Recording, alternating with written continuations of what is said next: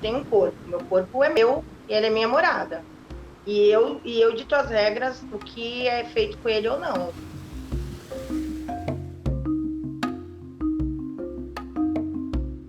Meu corpo é o meu templo. É o meu templo.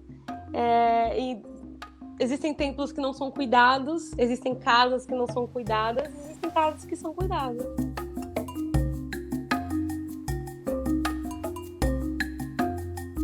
Não consigo definir em uma frase, sabe? Eu acho que ele é um conjunto de coisas que me fazem ser quem eu sou, assim. E não só a minha imagem, sabe? Eu não olho para ele só como uma imagem pura. Eu olho para ele como uma ferramenta mesmo para minha vida acontecer e para minha vida ser do jeito que é.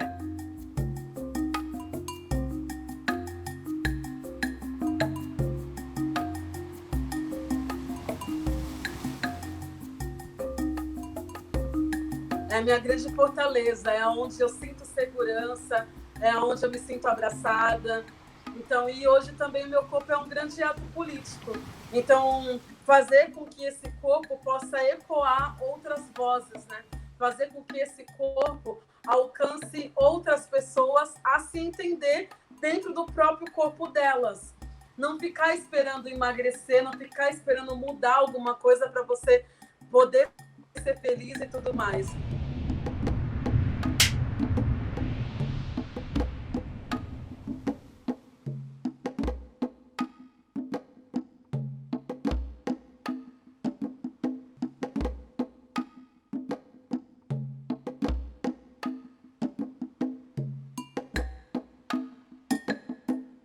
Sobre essa questão do padrão de beleza, são padrões pré-estabelecidos que poucas mulheres e homens cabem dentro desse padrão, né? Eles têm a ver com as mulheres, mas as mulheres reproduzem eles, né? Mas eles vêm por conta da sociedade patriarcal. Então, isso quando a gente está falando sobre magreza, sobre pele clara, sobre cabelos lisos. Eu tenho uma opinião e a sociedade me cobra outra postura. Era para ser, deveria ser algo inclusivo, mas não é inclusivo. Então, se você não participa, se você não faz parte do padrão de beleza, você está fora. Então, como eu não faço parte do padrão, eu estou fora e estou muito feliz. Eu tentei seguir padrões durante anos, porque eu sou brasileira, eu tenho o corpo de uma brasileira. Eu não tenho peito, eu tenho uma bunda enorme, eu tenho coxa. Então, quer dizer que, assim, sempre me cobraram por ser magra, e eu sempre me cobrei isso, entendeu? Eu sempre quis estar, na época, né, há muito tempo atrás, como as minhas amigas, né, o corpo delas. Para mim, antes de ter bunda, não era ser gorda. É que a gente cresce escutando isso, né? A vida toda da gente é crescendo escutando que a gente nunca tá boa, que a gente tem que emagrecer, que o nosso cabelo não é bonito daquele jeito, e que a gente tem que mudar isso e aquilo outro. E aí quando a gente vira adulta, a gente vira um grande número de mulheres que tem a cabeça cagada porque passou a infância e a adolescência escutando que não era boa e que precisava mudar. Ele trava a vida das pessoas, né? Às vezes até tira a vida das pessoas pelo fato dela ver na mídia a reprodução desses padrões e querer se encaixar dentro de algo que ela não vai se encaixar. Porque tem muitas das vezes tem a ver até com o biotipo físico da pessoa.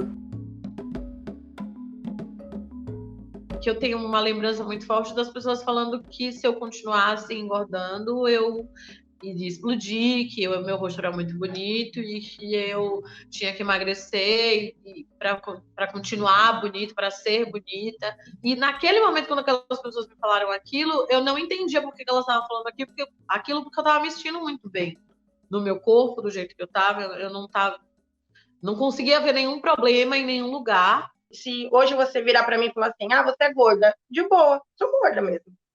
Agora, antigamente, se falasse isso, não dormia uns 3 dias.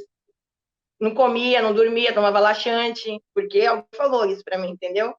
Na minha casa, todo mundo é gordo, não tem jeito. E por mais... Gente, eu vou falar uma coisa que vocês vão ficar chocados. Gordo é gordofóbico, tá? Gordo é gordofóbico. É real. Ninguém escolhe ser gordo. Ninguém fala assim, eu nasci gordo, vou ser gorda a vida inteira.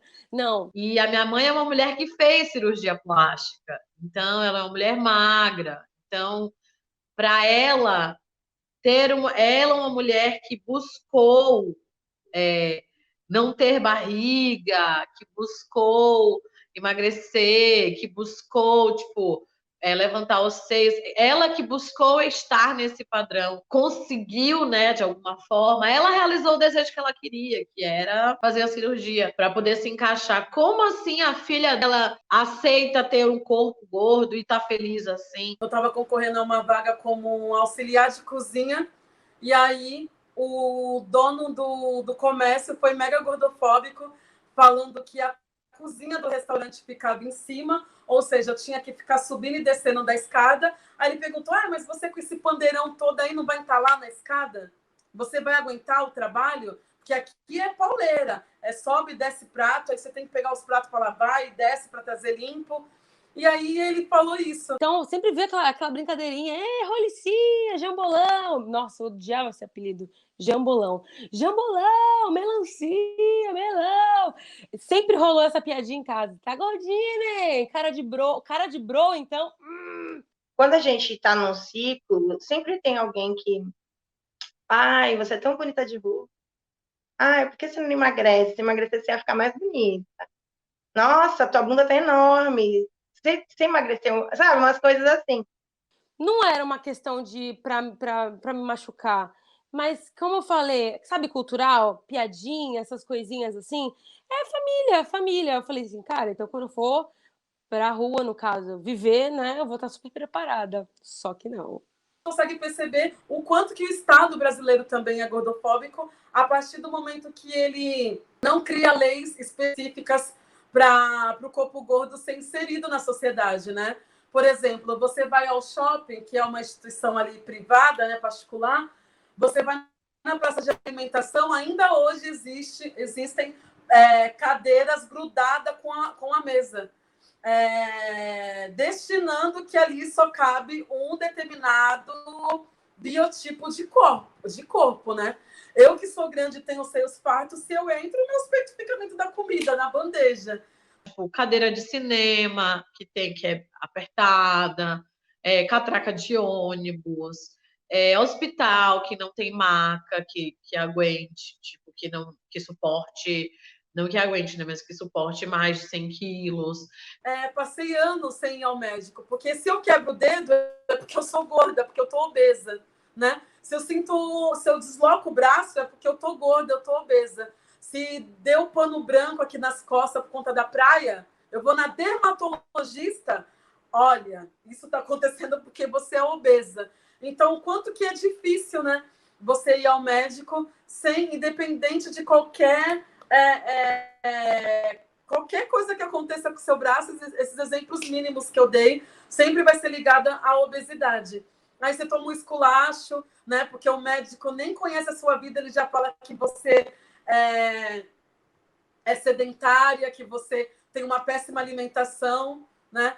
Hoje em dia, ainda bem que existe um pequeno grupo, mas existe uma classe médica voltada para corpos reais. Uma classe médica onde eles vão te pedir todos os exames depois que ver seu exame, que vai te falar o que você tem e o que você não tem. Porque essa classe médica entende que existem vários biotipos de corpos de pessoas e sim, existem pessoas que nasceram para ser gordas, gente. Para muitos é para pouco dizer a verdade. Frutos da minha cor que já colhi me traz felicidade na cidade. As margens da sociedade, sou sombra na estrela que brilhou. Eu estava andando com as minhas amigas, várias delas são mais magras, gostosa padrão, assim, pele mais clara, cabelo liso, então, sei lá, a gente passar e aí os caras soltarem piada para elas revidarem e eu revidar também, e eles me mandarem cala a boca, sua gorda horrorosa. Quando eu fui entender o que era um corpo gordo no mundo,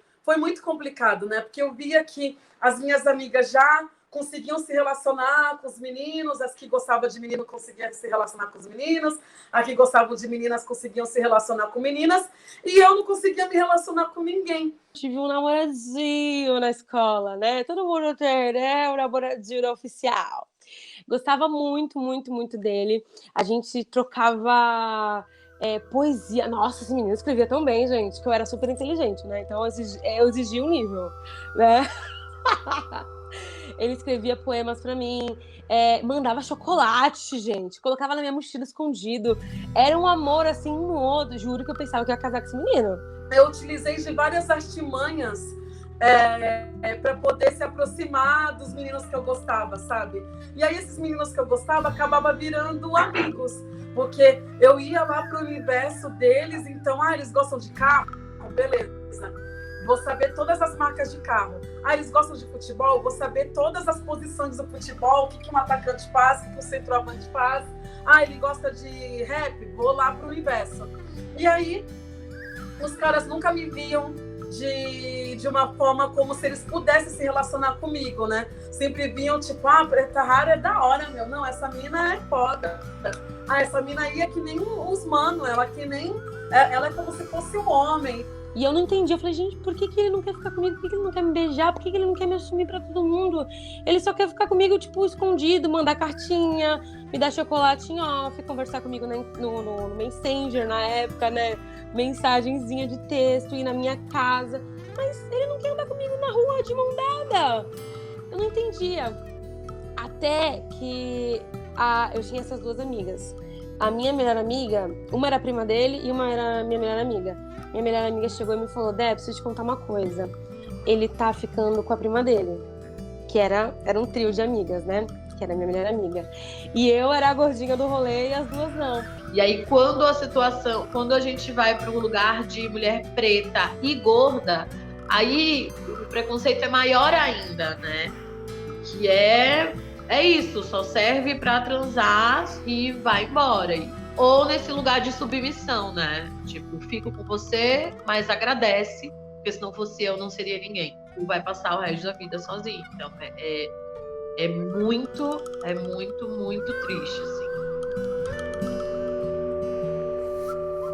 E parte desse processo de quem eu sou hoje, de aceitar o corpo que eu tenho, se deu muito quando eu conheci o Ricardo, aí de Santos. Nós fomos casados, né? A gente morou juntos durante 10 anos. E ele foi o grande responsável por essa minha aceitação. Tem esses momentos de, não tô segura e tal. Mas aí depois o tempo vai passando e a gente vai entendendo que, tipo, cara, o problema é da pessoa, o problema não é meu, o problema é dela, sabe? Então, mas é com o tempo mesmo que vem, tipo, não é um start, tipo, hoje estou incrível. Não, é com o tempo. Cor de jambo muito close, gordas de branco, sim, porque, né, muito chique, muito chique, muito chique. Ó. O Ricardo falava, você é maravilhosa, você não consegue entender isso? Olha outras mulheres que têm o corpos igual o seu. Elas estão aí, estão se divertindo, estão na praia. E aí foi toda uma etapa mesmo, né? De eu chegar e conseguir ir de maiô e com a saída de praia, mas não tirar. Da outra vez já consegui tirar. E aí até hoje eu lembro da sensação de quando eu consegui ir de biquíni, né? Sem ele ter que ir comigo até a água lá, esperando com a saída de praia, né?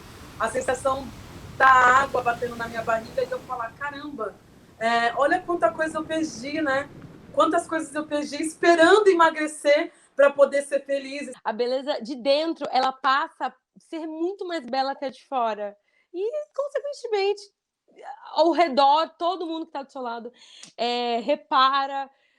Quando você se ama, você se cuida. É o que eu aprendi, a frase que eu aprendi. Se amar é se cuidar. E aí foi todo um processo, que é algo que eu falo muito na internet, que ainda está sendo um processo. Hoje as pessoas me veem na internet e falam, nossa, Preta Rara, que da hora, você tira foto de biquíni, de calcinha, sutiã, de lingerie, tal. Sim, galera, mas é todo um processo. Não é todo dia que eu me acordo me sentindo maravilhosa, bela. Até no outro dia eu falei que tem aquelas pessoas que tem distúrbio, que olha no espelho e tem a anorexia, né? E se vê gorda. Eu não, eu olho no espelho e me vejo gostosa. Então, mudou as coisas, assim. Eu me aceitei, eu achei que, não existe, eu não tenho uma roupa que nem antigamente, né? Eu não vou, não vou entrar em tal loja porque não tem uma roupa que, que caiba em mim. Ou então eu vou emagrecer para poder caber em tal roupa. Não. Hoje eu me visto da forma que eu quero. Não existe uma roupa para uma pessoa gorda, uma roupa para pessoa magra. Existe roupa. Isso, vou falar um negócio. No meio plus size é uma treta ferrada. Porque, assim, meninas são meninas curvy. Tem uma diferença de plus size, né, pro curvy. O curvy é aquela menina que a gente fala que é a gorda aceitável. Vamos ser sinceras. A curvy é a menina que tem o quadril largo, a bunda maior, os seios, mas a cinturinha aqui, ó, assim, tá? E zero barriga. Essa é a curvy. E existe muito essa briga da plus size com a curvy, porque a curvy bate o pé que é plus size, que defende a linha. Eu até entendo, tem espaço para todo mundo, não precisa dessa rixa, não precisa disso tudo. Mas eu acho que é se encaixar no papel, né? Entender o seu papel na moda, no padrão, enfim, em tudo.